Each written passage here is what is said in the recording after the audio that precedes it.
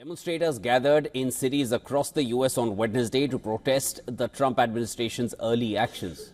Demonstrators carried placards and shouted slogans decrying everything from the president's immigration crackdown to his rollback of transgender rights. Now, the protests are a result of a movement that was organized online under the hashtags Build the Resistance and 5051, which stands for 50 protests, 50 states, one day.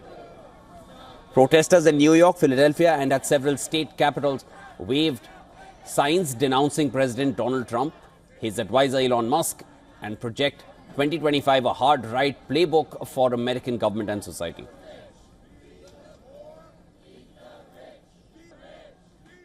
Project 2025 is a fascist program. It is part of a shock and awe campaign by the Trump MAGA regime to disorient people, paralyze them, and consolidate fascist rules. And it must be stopped.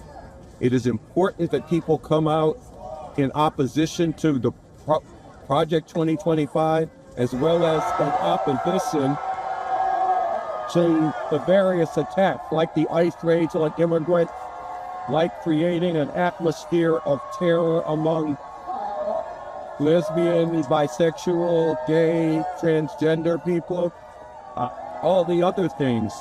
But we need to bring together a movement that can stop this fascism before it gets consolidated.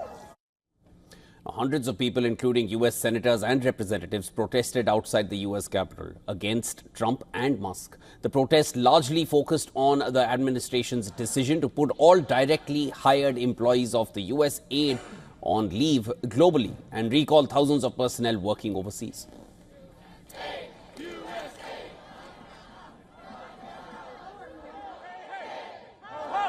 Elon Musk has got to go! And we will be together all the way. Thank you.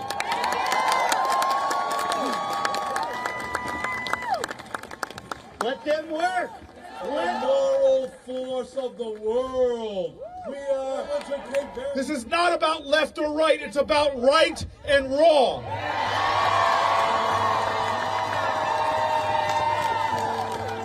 This is not about demonizing a political party. It is about telling the truth about Donald Trump's actions and Elon Musk's actions.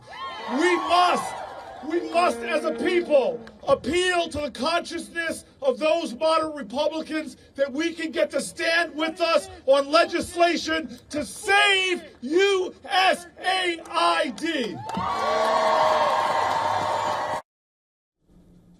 Meanwhile, Democratic leaders in the U.S. House and Senate are pushing legislation Stop the Steal. The legislation aims to prevent Elon Musk from accessing the federal government's private sensitive data on U.S. individuals. Our bill aims to do a few simple things. One, to deny access to special government employees that don't have to disclose their conflicts of interest or any other ethic agreements. Two, to deny access to anyone with conflicts of interest or lack of appropriate clearance. And three, include personal tax information into existing privacy protections. We call our legislation Stop the Steal.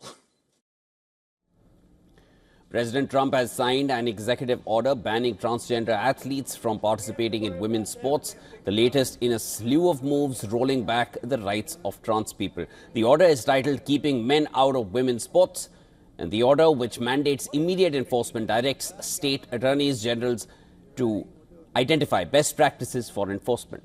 The timing of the order coincided with National Girls and Women in Sports Day. God bless you, Mr. President.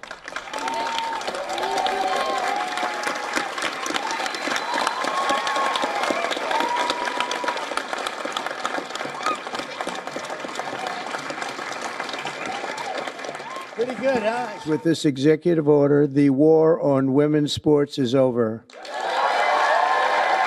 Under the Trump administration, we will defend the proud tradition of female athletes, and we will not allow men to beat up, injure, and cheat our women and our girls. From now on, women's sports will be only for women.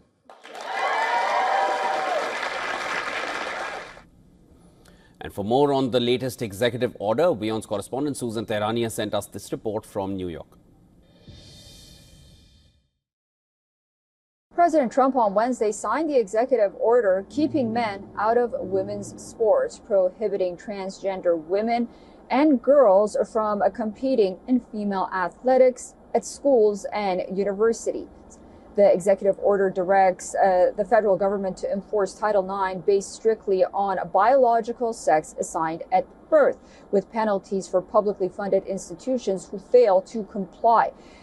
Fulfilling a campaign promise, the order reflects Donald Trump's commitment for calls to protect women's sports, a stance that resonated with many during the election campaign. Opponents say that it raises questions about discrimination. The order is expected to immediately face challenges in court legally, setting the stage for a broader national debate on gender and athletics. Susan Tehrani reporting from New York for WION World is One.